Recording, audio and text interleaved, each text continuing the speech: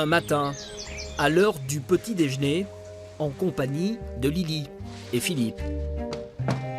À tout à l'heure.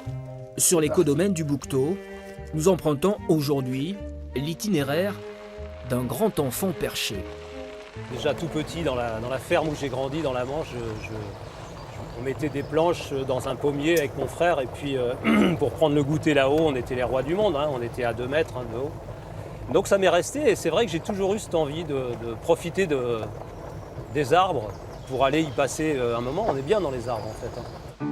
Depuis quelques années maintenant, le parcours professionnel et la passion de cet entrepreneur se mesurent à hauteur de cime. Moi avant je faisais dans l'acrobranche des parcours aventure et je cherchais des endroits où installer des cabanes mais je n'avais pas trouvé. Et donc quand j'ai trouvé cet endroit il y a 7-8 ans, là j'ai vraiment décidé de construire des cabanes, d'autant plus que les arbres ici, pour certains, sont assez remarquables. Depuis le lancement des Noctambules et de son activité de location d'hébergement de nuit, Philippe a ainsi construit 6 cabanes dans les arbres, dont une se trouve à plus de 20 mètres au-dessus du sol. Nous, on vient de la région parisienne, on cherchait un petit peu de calme, de tranquillité et voilà, on a trouvé un petit peu cette cabane perchée en hauteur et on se retrouve en famille tous ensemble, il n'y a pas de tablette, pas d'ordinateur, pas de télé et c'est ça qui est assez sympa, quoi. Le silence de la nature pour partage.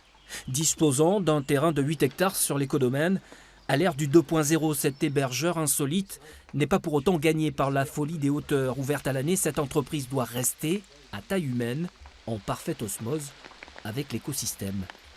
Il n'est pas pour le moment question pour nous de construire d'autres cabanes, d'abord parce qu'on ne veut pas que ça devienne une usine, et puis que les cabanes soient suffisamment éloignées les unes des autres, pour qu'on ait un peu le sentiment d'être dans son petit coin de nature paisible, calme bien sûr.